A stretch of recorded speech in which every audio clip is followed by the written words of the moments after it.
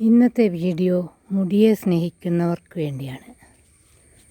നമ്മുടെ മുടിക്ക് ആരോഗ്യവും ആയുസ്സും കൂട്ടാൻ ഞാൻ ഉപയോഗിക്കുന്ന ഈ ഇല ഉപയോഗിച്ചാൽ നല്ലൊരു താളി ഉണ്ടാക്കാം. നമ്മുടെ പണ്ടുകാലം മുതലേ മുത്തശ്ശിമാരൊക്കെ ഉപയോഗിച്ച ഒരു താളിയുടെ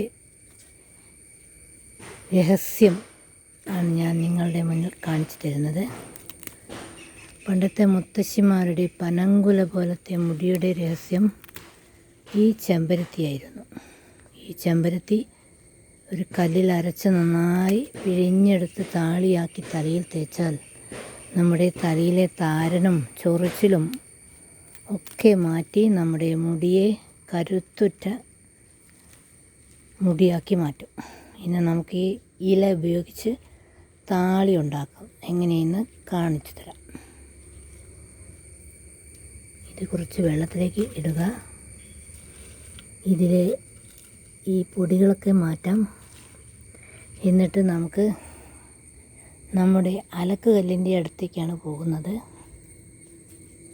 അവിടെ പോയിട്ട് ഇത് നന്നായി അരച്ചെടുക്കാം.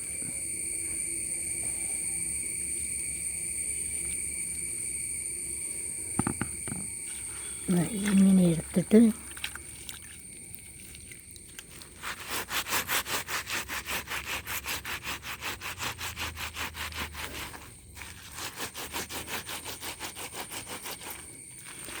കല്ലിൻ്റെ അടുത്ത് നല്ല വെയിലുണ്ട്, അതുകൊണ്ടാണ് ഒരു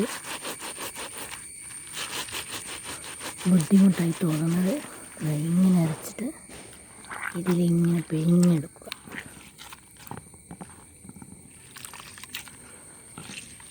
അരച്ചതിന് ശേഷം വേണമെങ്കിൽ നിങ്ങൾക്ക് ഒരു തുണിയിൽ അരിച്ചെടുക്കാവുന്നതാണ്.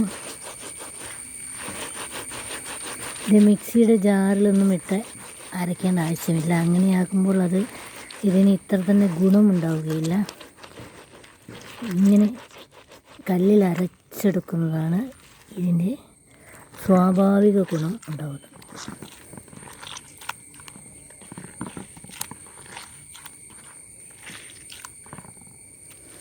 ഈ ഷാമ്പു ഒക്കെ ഉപയോഗിക്കുന്നതിൻ്റെ 2 ഇരട്ടി ഗുണം ഈ താളി ഉപയോഗിക്കുന്നത് കൊണ്ട് കിട്ടും.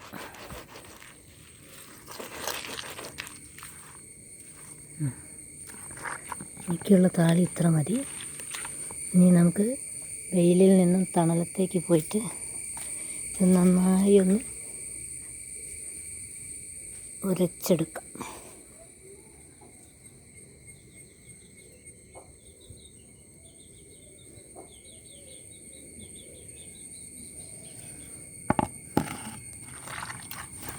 കോഴി നിനക്ക് വേണോ താളി? കോഴിക്ക് അല്ലെങ്കിൽ തന്നെ മുടിയുണ്ട്, അതിൻ്റെ കൂടെ താളിയും വേണമെന്നാണ് പറയുന്നത്.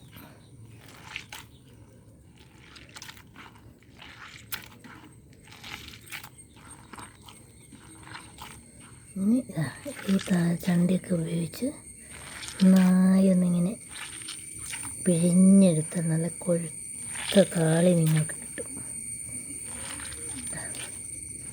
നമ്മുടെ മുടിയിൽ അഴുക്കെല്ലാം കളയാൻ ഷാമ്പുവിനേക്കാൾ നല്ലതാണിത്.